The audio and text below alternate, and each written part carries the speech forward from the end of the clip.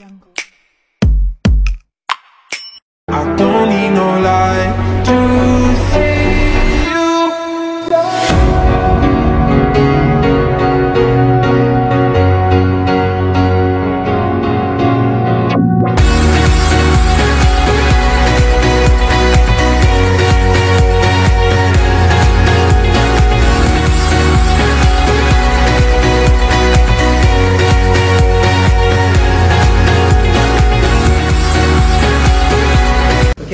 Assalamualaikum warahmatullahi wabarakatuh. Selamat siang semuanya.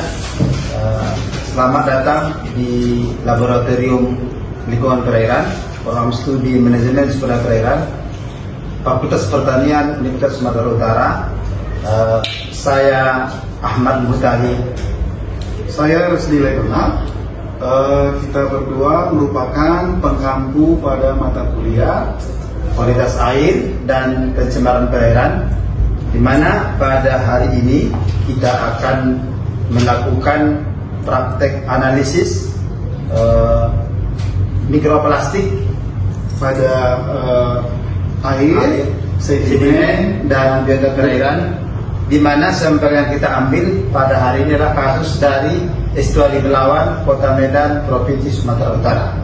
Adapun video ini diharapkan menjadi video pembelajaran pada mata kuliah kualitas air, pencemaran perairan yang memang menjadi pelengkap untuk memudahkan proses belajar mengajar. Jadi Pak, kenapa? Baik Pak, jadi Pak, kenapa Bapak memilih penelitian ini di Estuari Belawan, Pak? Oke, pemilihan lokasi kasus untuk contoh kasus untuk mikroplastik di Estuari Belawan ada beberapa alasan. Di antaranya bahwa Estuari Belawan ini kan termasuk salah satu produktif untuk perikanan di Kota Medan. Jadi daerah penangkapan ikan di Kota Medan. Di sisi lain, Estuari Belawan ini banyak kegiatan, banyak pemanfaatan di luar perikanan, misalnya industri, wisata, termasuk pelabuhan. Artinya Belawan termasuk pintu barat Indonesia, sehingga banyaknya kegiatan ini akan ada dampak terhadap perairan, termasuk mikroplastik. Terus Pak, kenapa lah Bapak memilih mikroplastik? Itu kan kecil ini pada sedimen air atau biota. Kenapa nggak makroplastiknya aja Pak gitu, untuk air gitu? Oke, pemilihan mikroplastik pada topik mikroplastik selain makroplastik, mikroplastik sebetulnya kan turunan dari makroplastik. Kalau makroplastik memang indikasinya lebih ke estetika, nampak kotor, jorok segala macam. Namun kalau mikroplastik jauh dari dampak yang lebih jauh daripada hanya sekedar estetika.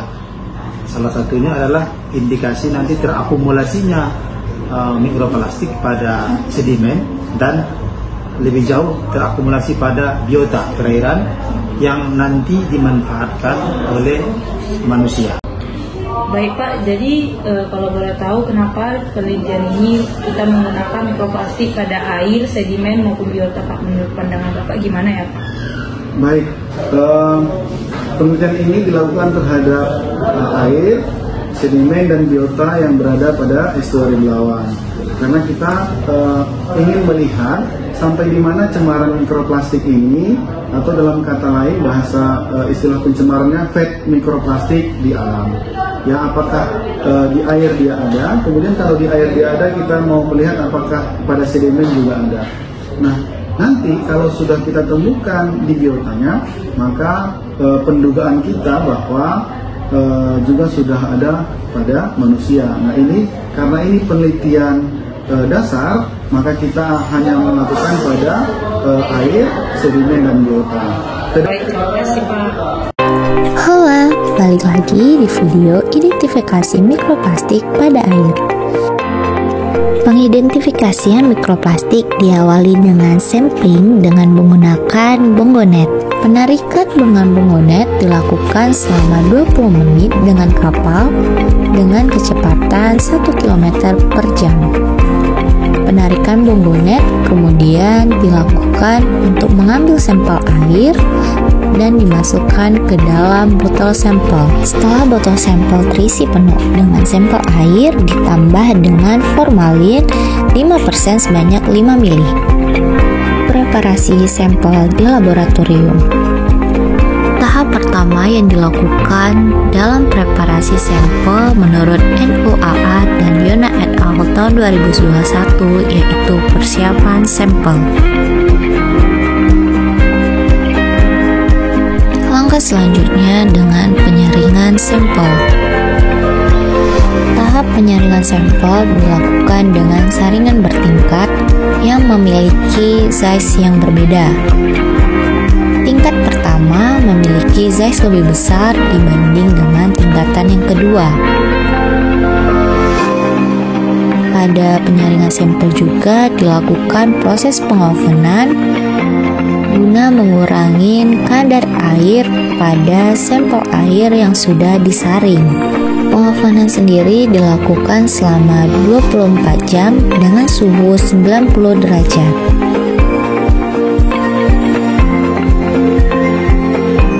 Tahap berikutnya yaitu degradasi bahan organik. Degradasi bahan organik dilakukan dengan cara mencampurkan larutan H2O2 30% sebanyak 20 ml ke dalam sampel air.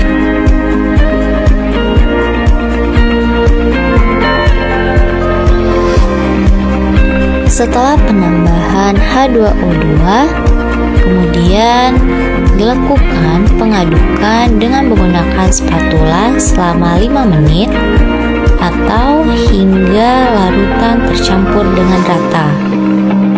Jika larutan sudah tercampur, maka sampel didiamkan selama 24 jam. Tahap selanjutnya yaitu pemisahan densitas. Pemisahan densitas dilakukan dengan mencampurkan larutan NaCl 30% sebanyak dengan sampel air yang ada pada gelas beker. Selanjutnya, sampel didiamkan selama 24 jam. Tahap berikutnya yaitu pemilahan sampel. Proses pemilahan atau penyaringan dengan menggunakan kertas Wetman nomor 42 dilakukan hingga kertas Wetman kering. Berikut merupakan contoh dari kertas Wetman yang sudah kering. Tahap selanjutnya yaitu pengamatan mikroskop. Pada pengamatan mikroskop dilakukan dengan mikroskop stereo. Proses pengamatan ini dilakukan guna untuk mengetahui bentuk serta jenis dari mikroplastik. Berikut merupakan hasil identifikasi mikroplastik. Yang pertama ada film, kemudian fiber, lalu ada fragmen, foam, dan yang terakhir yaitu pelet. Pengambilan sampel sedimen. Sedimen diambil dengan menggunakan Ekman Grab. Kemudian Ekman Grab dijatuhkan hingga menyentuh dasar perairan. Kemudian secara perlahan Ekman Grab ditarik kembali ke atas kapal.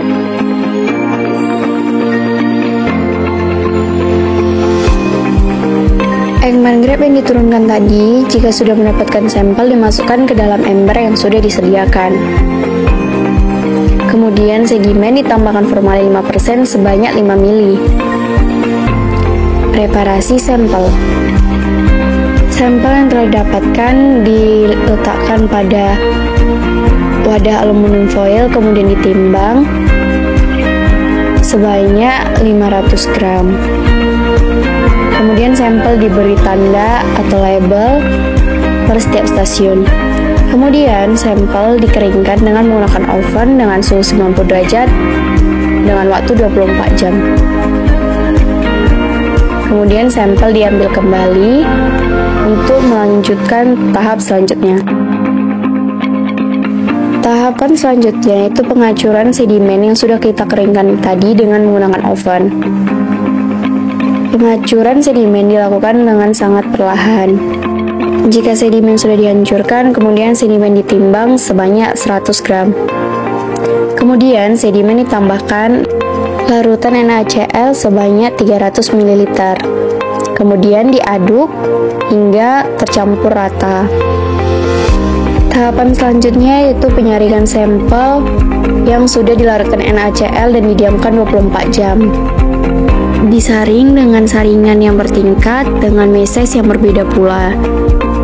Saringan yang paling atas memiliki mesize yang lebih besar dibandingkan dengan saringan bawah yang memiliki mesize paling kecil.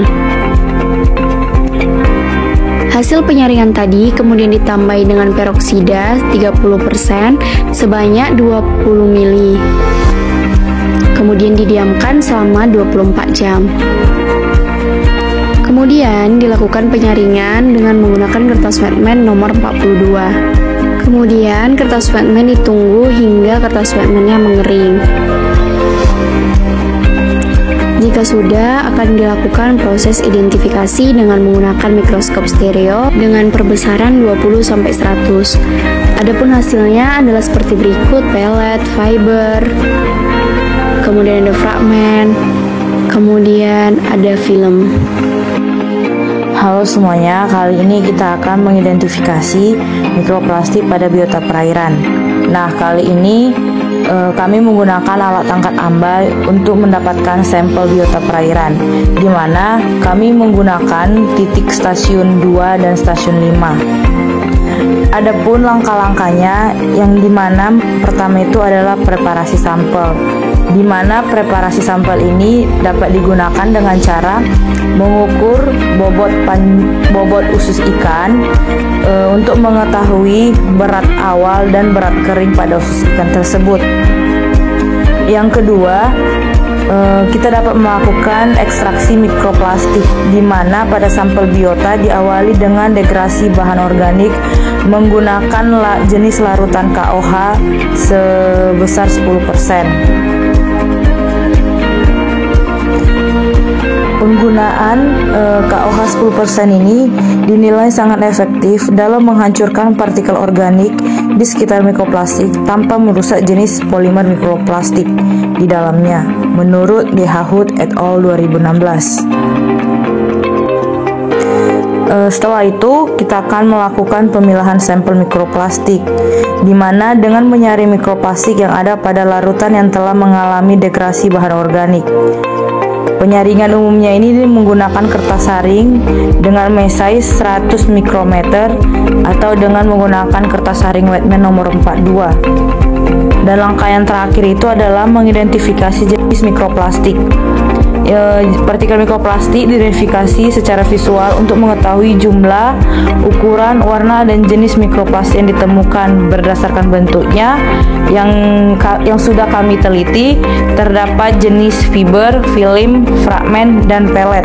Setelah sampel yang sudah kering, lalu dilakukan identifikasi dengan mikroskop stereo merek Hyrox. Kemudian diidentifikasilah setiap sampel dengan partikel yang ditemukan harus dipastikan sesuai dengan kriteria mikroplastik seperti yang dijelaskan.